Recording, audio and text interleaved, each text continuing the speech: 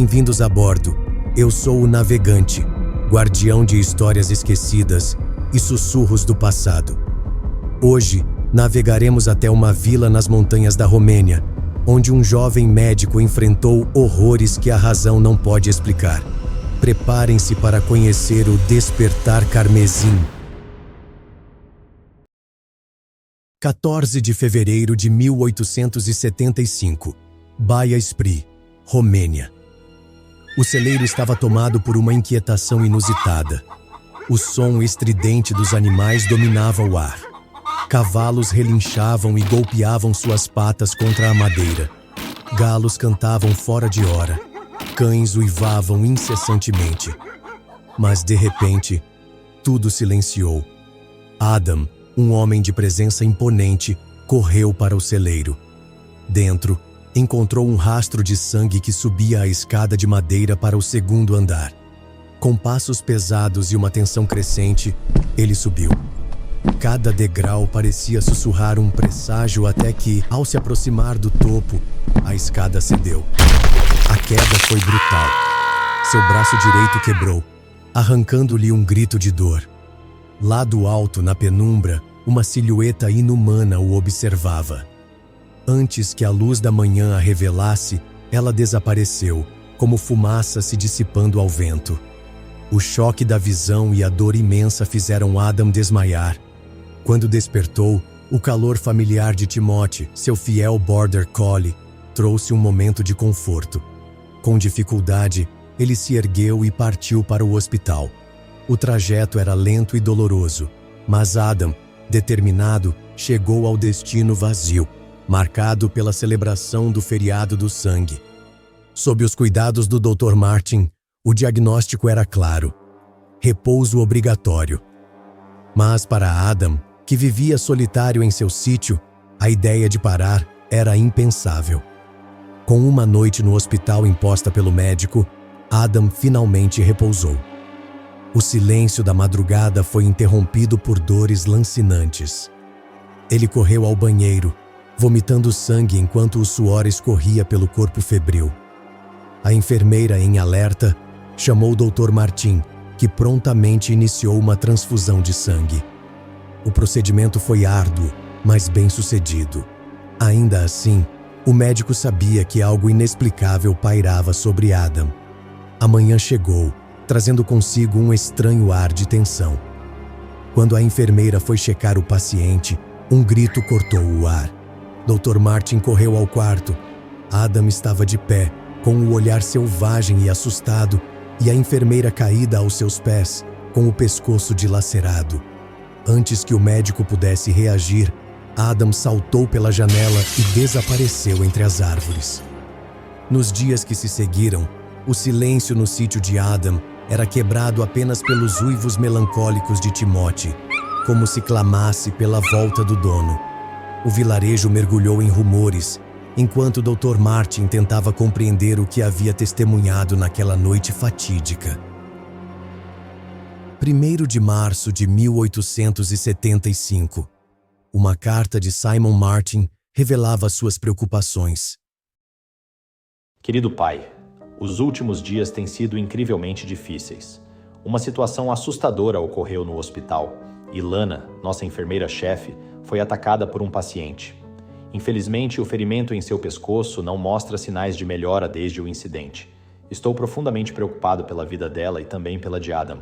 Suspeito que algum animal da fazenda possa tê-lo contaminado com o vírus da raiva enquanto estava desacordado no celeiro. Isso explicaria o ataque. No entanto, o olhar que testemunhei não era o de um homem tomado pelo vírus da raiva. Era um olhar de tristeza, repleto de arrependimento e desespero. Já se passaram 2 semanas desde o ocorrido, e Adam não foi visto por ninguém desde então.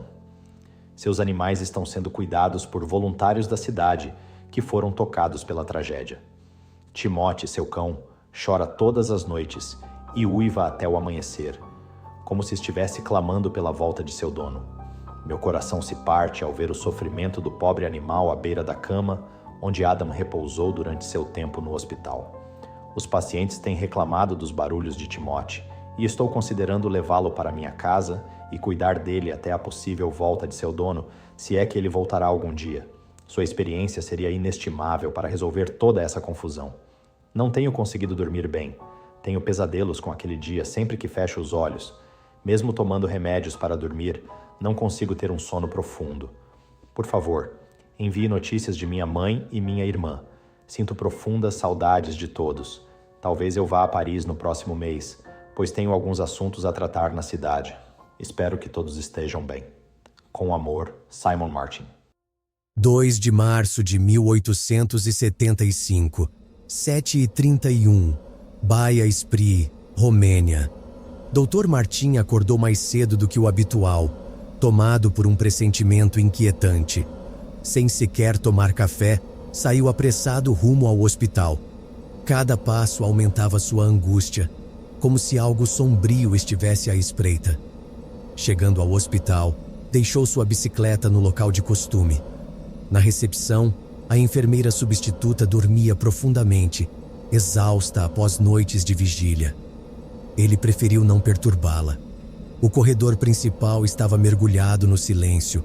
Apenas o som do vento movendo as folhas das árvores lá fora acompanhava sua caminhada. No quarto onde Adam havia repousado, Martin encontrou Timothy, o cão, encolhido sob a cama. O animal tremia, aterrorizado. Ao tentar alcançá-lo, Martin recebeu uma mordida dolorosa no braço. Ele recuou, respirou fundo e, com paciência, conseguiu acalmar o cachorro. "Eu vou cuidar de você, garotinho", sussurrou Martin, tentando confortá-lo. Logo, a enfermeira entrou no quarto e notou o ferimento no braço do médico. Sem hesitar, limpou e cobriu o local com um curativo. "Ele está muito assustado", explicou Martin. "Deve sentir falta de seu dono." Mas o foco de Martin logo mudou para Lana, a enfermeira atacada por Adam. Seu estado era grave. O ferimento não cicatrizava, embora a febre houvesse cedido. O médico sabia que o tempo era um inimigo cruel. Rumores sobre a raiva, uma doença ainda pouco compreendida, começavam a circular. Não havia cura conhecida, e os relatos de comportamento agressivo, tanto em animais quanto em humanos, preocupavam a todos. O comportamento de Adam tornava essa suspeita ainda mais aterrorizante. 2 de março de 1875, 15h11, Baia Spri, Romênia. Enquanto atendia um idoso de olhar atento e semblante forte, Martin notou uma tatuagem peculiar no pulso do homem, 5 estrelas que formavam uma cruz se conectadas. "Essa tatuagem, o que ela significa?" perguntou Martin curioso. O homem sorriu, mas seus olhos traziam o peso de lembranças. "Em minha juventude, vivi aventuras que nem se eu usasse todos os meus anos para contá-las, seria o suficiente. Essa gravura, meu jovem, já me salvou da morte mais vezes do que consigo contar." Intrigado, Martin quis saber mais, mas o homem desviou, deixando um enigma no ar. "Neste mundo, há mais do que nossos olhos podem ver. O mal está por toda parte. Prepare-se, doutor. Você encontrará a morte muitas vezes em seu caminho, mas não tema.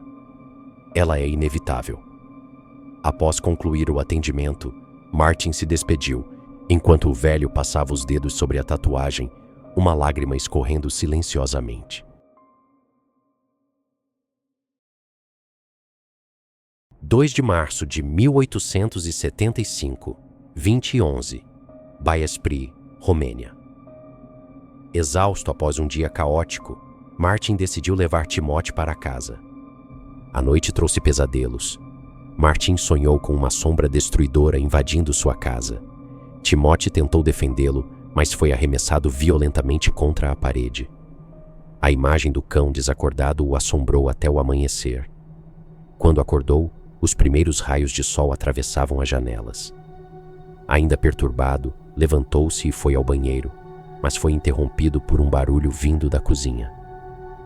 Correu até lá e encontrou a geladeira aberta, as carnes desaparecidas, os armários revirados. Pegou uma faca para se proteger e caminhou até a sala de estar. A cena o deixou paralisado. A televisão caída e destruída, o sofá rasgado, o aquário quebrado. Algo terrível havia invadido sua casa. Uma gota caiu em sua testa. Ao limpá-la, percebeu que era sangue. Ergueu o olhar e viu Timote, ou o que restava dele, pendurado no teto, sem cabeça. O corpo do cão havia atravessado o telhado e o sangue pingava incessantemente.